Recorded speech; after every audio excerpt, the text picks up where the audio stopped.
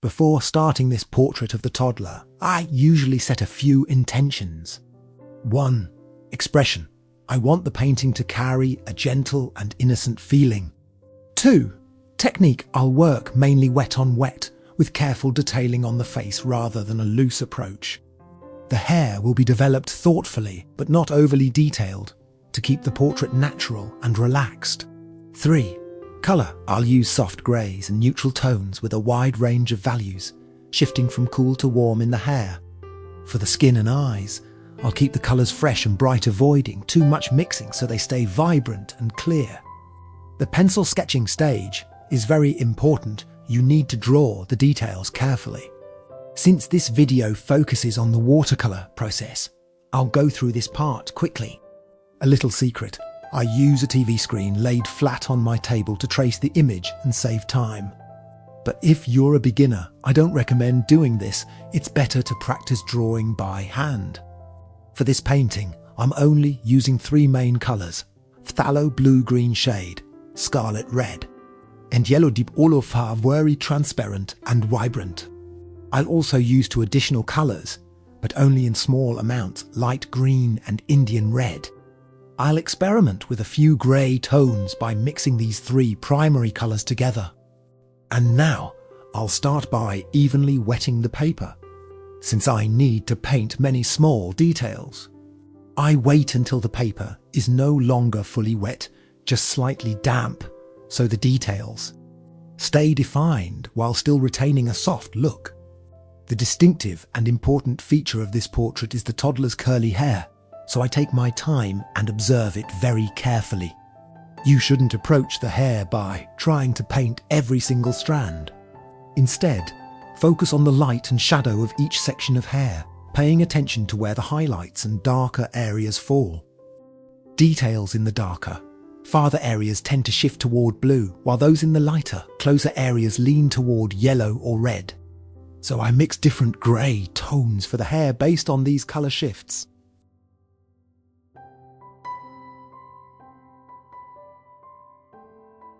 When the paper is dry, I'll use my brush to re-wet the area where I'll continue painting. Make sure to leave the white areas untouched so the pigments don't run into them. Those bright highlights in the hair are the standout detail of the portrait.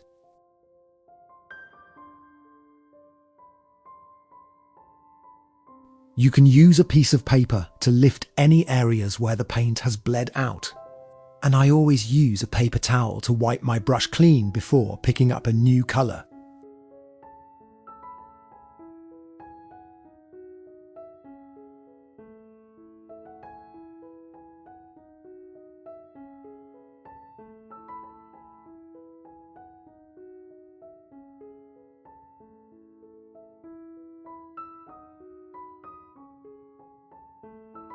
Continue painting the next sections of the hair using the same steps as before. Lightly dampen the area with clean water. Apply the colour while leaving the white highlights untouched. Use a pointed brush to add details and a clean brush to softly adjust the edges. Be careful with the lighter parts of the hair. You need just enough value, since watercolour is difficult to lighten once it's been painted to dark.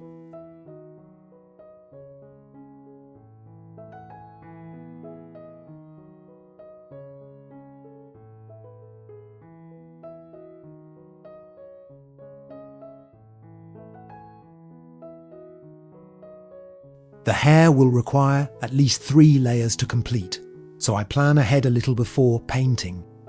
I patiently build it up layer by layer, letting each layer dry, re-wetting the area, then adding the next wash. This way, the hair stays clean and is much easier to control.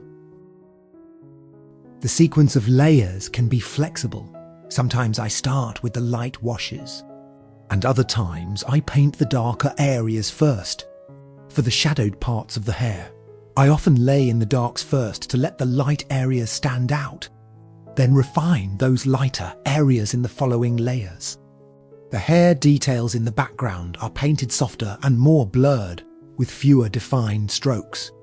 Although this painting focuses on detail, I always keep the overall composition in mind, and I avoid overworking areas that need to stay open and airy. I don't render most details to precisely, allowing the painting to feel natural and avoiding a stiff, overworked look.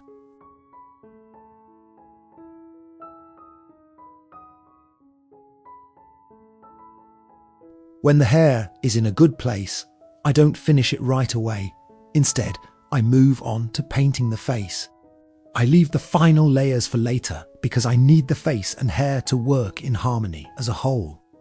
For the first layer, I work on dry paper, charging one colour into another. To achieve a natural skin tone, I use scarlet red, yellow deep, light green mixed with phthalo blue, and a small amount of rose red. Once an area has settled and is no longer wet, I avoid touching it again.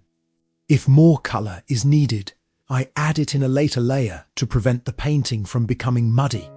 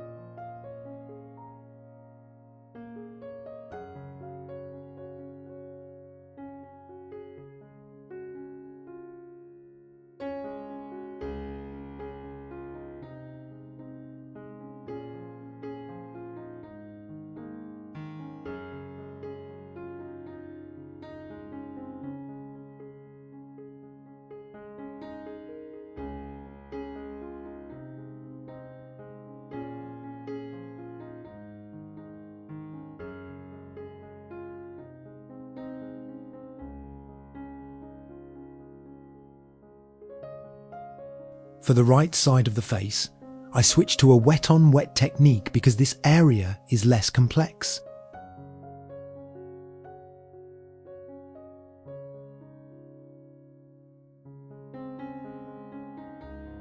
When wetting this area, I always keep the eyes, the eyelids, and the under-eye area dry so the paint doesn't bleed into them. The white highlights around the eyes need to be preserved to stay bright and well-defined.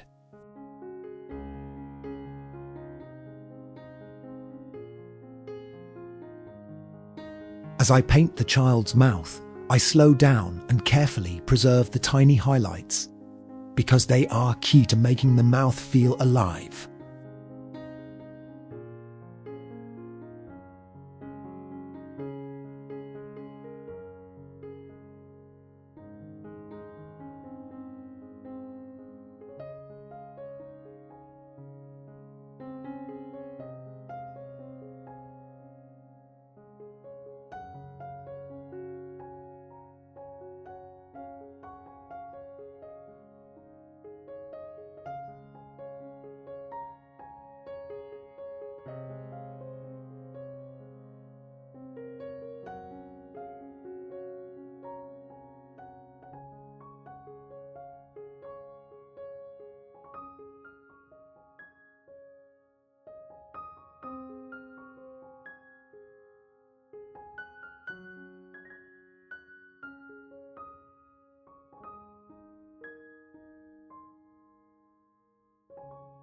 For the nose, even though the colours are very light, the small white areas around the nostrils and at the tip of the nose still need to be preserved.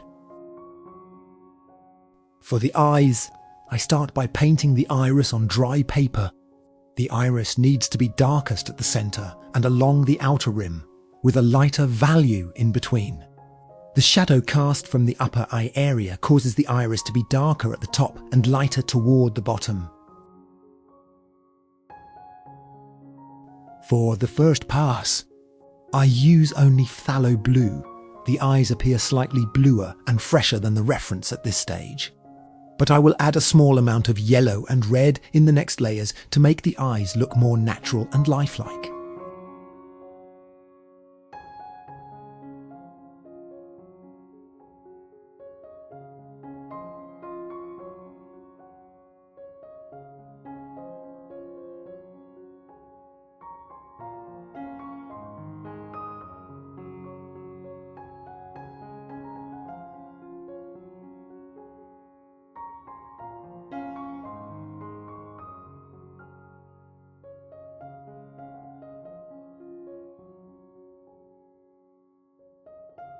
For the upper part of the iris, I use more phthalo blue mixed with a touch of red to increase the value.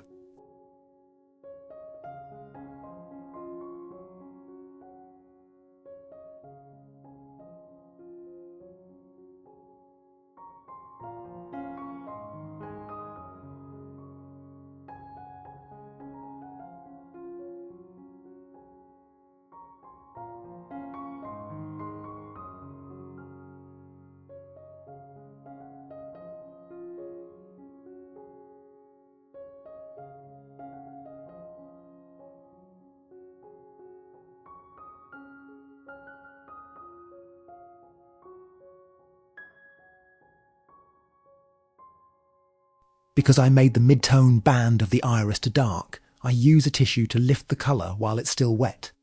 I then repaint and adjust it until I reach the desired value. I work on other parts, such as the hands, before fully completing the face and hair. The fingers in this reference are relatively easier to handle than the hair and the face. I still follow the same basic steps, carefully observing the reference, wetting the paper, placing the darker values first, and transitioning from red into cooler tone.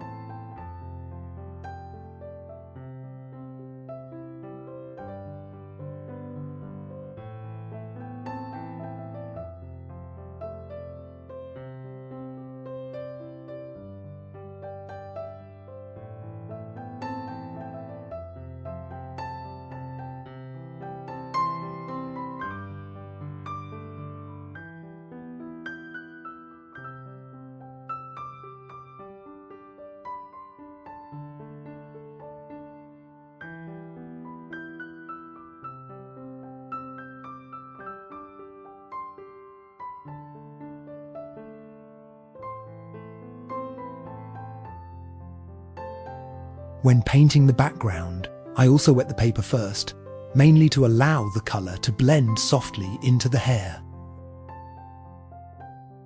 I use a paper towel to dry the transition area between the crib and the background, preventing the paint from bleeding too much into the lighter areas. For the background, I use a grey colour scheme.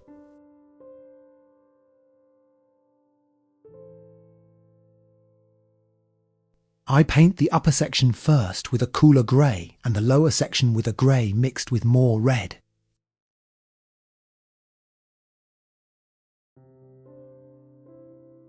I intentionally avoid painting the crib too precisely. You can see that some of the wooden slats look slightly distorted and blurred because I let the paint flow naturally and didn't correct it with a clean brush.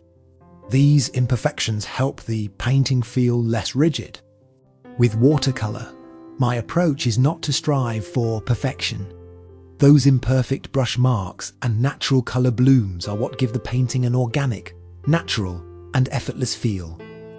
Artists stage the overall painting feels stable, so I start refining the details of the portrait.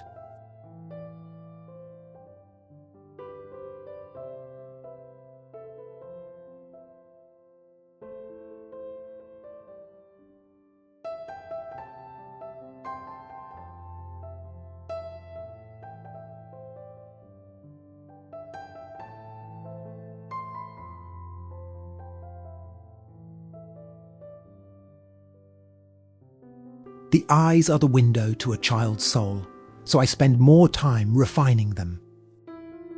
My brushstrokes are always softened either by working on a wet surface, or by painting on dry paper and gently softening the edges with a clean brush.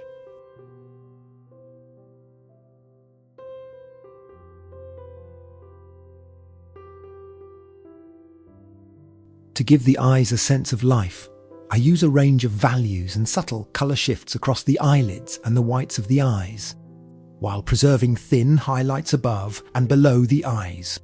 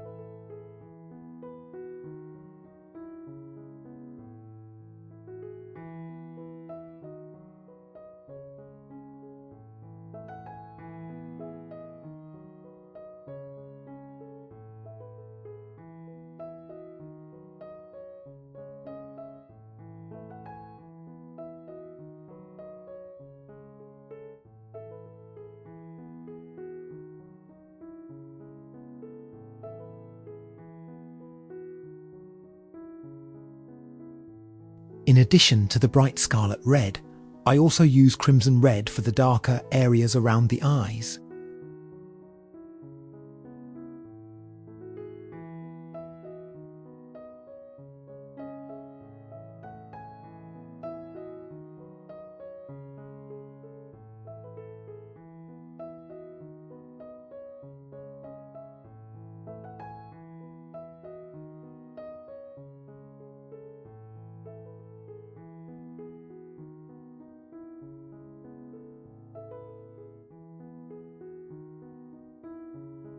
The eyelashes are also painted softly and slightly blurred.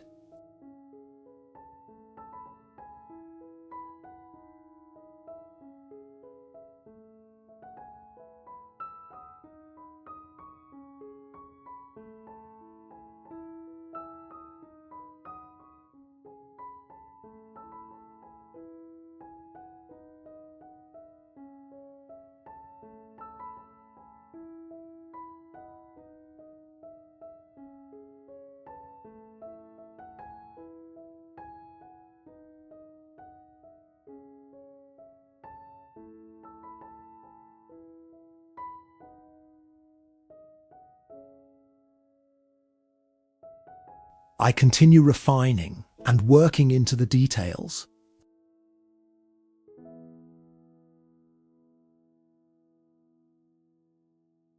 Some details are meant to stay loose, while others require careful attention to light and colour to bring a sense of realism to the portrait. The approach always depends on the type of portrait and the painter's original intention. In this painting, I'm aiming for a more realistic feel. That's why I spend more time on the eyes, nose and mouth, and allow elements like the hair, ears and fingers to stay slightly looser. I balance the values and colours in the hair, deepen the shadows and refine the lighter areas, while keeping the reds, yellows and blues in harmony.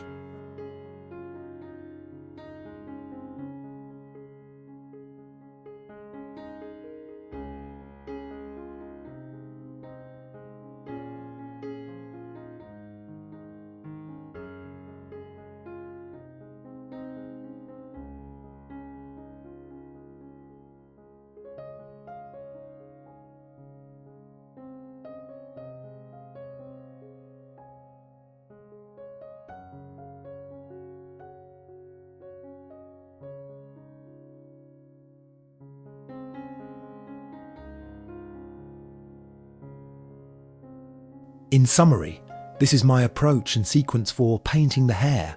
I work in layers. I develop details from the beginning, while constantly keeping an eye on the overall picture.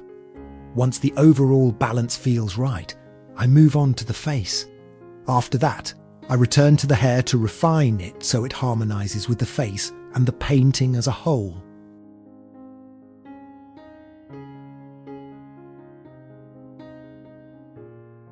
The white areas are what make a watercolour portrait stand out and feel luminous. This is a unique strength of watercolour compared to other mediums, and something to be aware of and apply thoughtfully. I rarely use white paint. In the final stage, I sometimes use a sharp blade to gently scrape out highlights and enhance the white areas. However, this should be done sparingly, preserving the white of the paper while painting is always essential. And here is my finished painting. If you have any questions, feel free to leave a comment below. And if you'd like the reference image for this tutorial, please message me on Facebook or Instagram. The links are in the description, and I'll send it to you. Thank you for watching.